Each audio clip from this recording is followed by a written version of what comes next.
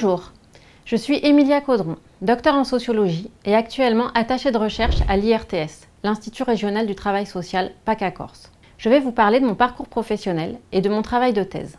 Après un master en économie sociale et solidaire à l'Université d'Aix-Marseille, je suis rentrée dans la vie active. J'avais bien l'idée de continuer en doctorat, mais je ne savais pas trop comment m'y prendre. À vrai dire, je ne savais pas trop ce que je souhaitais faire. J'ai donc intégré la pépinière d'entreprise dans laquelle j'avais fait mon stage de fin d'études.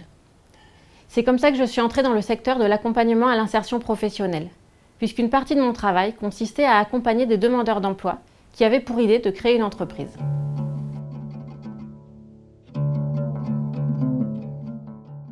Après cette expérience, j'ai été recrutée par un centre social implanté dans un quartier prioritaire marseillais, sur un poste d'animatrice MOV, Mobilisation Orientation vers l'emploi. Les missions des animateurs MOV étaient de repérer, mobiliser et orienter ce qu'on appelait alors les invisibles, des personnes sans emploi et qui n'étaient pour autant pas suivies par Pôle emploi, la mission locale ou un autre organisme du service public de l'emploi.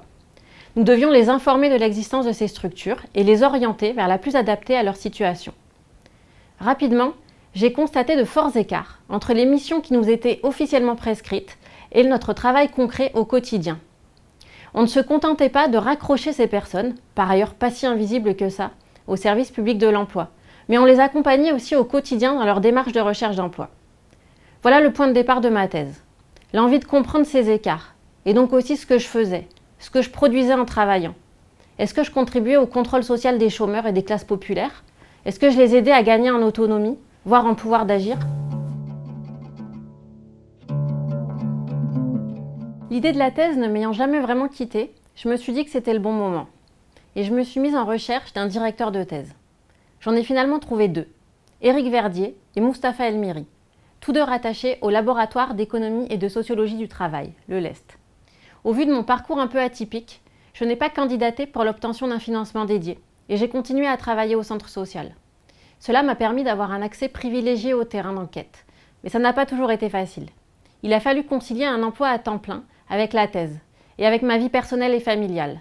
Mon fils avait 5 ans quand je me suis inscrite en doctorat. J'ai mis 6 ans à terminer ma thèse. J'y analyse le traitement institutionnel des personnes dites éloignées de l'emploi, issues des quartiers prioritaires de la politique de la ville. J'ai utilisé pour cela des méthodes de recherche mixtes, mêlant la participation observante à des entretiens avec les différentes parties prenantes et des analyses statistiques des publics accompagnés. Je montre que ce dispositif pensé d'en haut est également façonné par les professionnels de terrain qui le mettent en œuvre et par les publics qui le reçoivent.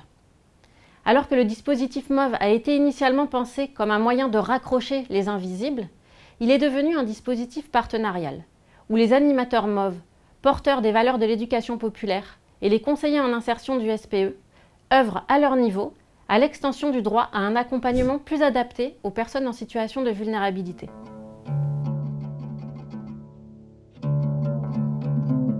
Sur la fin de ma thèse, j'ai quitté mon emploi pour me consacrer à sa rédaction.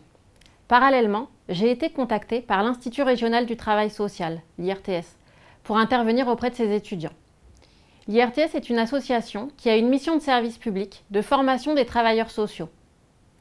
Depuis quelques années, des réformes visent l'universitarisation du travail social, c'est-à-dire qu'elles construisent des passerelles entre les diplômes de travail social, plutôt professionnalisants, et les diplômes universitaires. Plus concrètement, les étudiants en formation en travail social, futurs éducateurs spécialisés, assistants de service social, doivent, tout comme les étudiants à l'université, s'initier à la démarche de recherche scientifique. C'est dans ce cadre que l'IRTS a signé des conventions de partenariat avec l'Université d'Aix-Marseille et avec 5 laboratoires de recherche du territoire, dont le LEST. J'ai donc accompagné des étudiants à la découverte de cette démarche, au travers de mini-projets de recherche collective sur des sujets en lien avec le travail social, l'insertion socio-professionnelle des jeunes, le travail social en temps de Covid. Peu après la soutenance de ma thèse, l'IRTS m'a proposé un CDI en tant qu'attaché de recherche. Attaché de recherche, c'est un peu comme prof à la fac, mais sans être fonctionnaire. Les tâches sont très variées. D'abord, je donne des cours. Ensuite, je suis responsable de la formation de chef de service, le CAFERUIS. J'articule les différents cours et les intervenants. Je suis également responsable de 2 promos d'étudiants. Je suis leur progression pédagogique. Je m'assure qu'ils se sentent au mieux dans la formation et arrive dans les meilleures conditions possibles à la certification finale. Enfin, une partie de mon temps est dédiée à la recherche. En ce moment, je participe à une recherche-action sur un dispositif de remobilisation et d'accompagnement des jeunes dits en rupture. Je viens documenter sa mise en œuvre pour apporter des éléments de compréhension.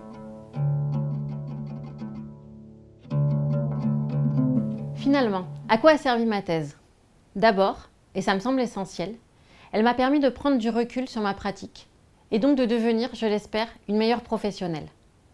Je n'aurais pas été recrutée par l'IRTS si je n'avais pas été docteur. La thèse m'a donc permis une évolution de carrière et une évolution salariale. Je gagne aujourd'hui 2 400 € net par mois et j'ai 12 semaines de vacances.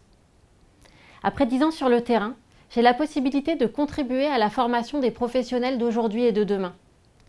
Il a toujours été important pour moi d'avoir un emploi utile aux autres, utile à la société. En participant à la montée en compétences des travailleurs sociaux, je m'y retrouve. J'espère leur transmettre des valeurs qui me sont chères, d'humanisme, de solidarité, de bienveillance. J'espère aussi leur montrer que la société n'est pas binaire, que les faits sociaux ne se dévoilent pas facilement, et que les sciences humaines fournissent de bons outils pour mieux les comprendre, et donc pour agir au plus juste.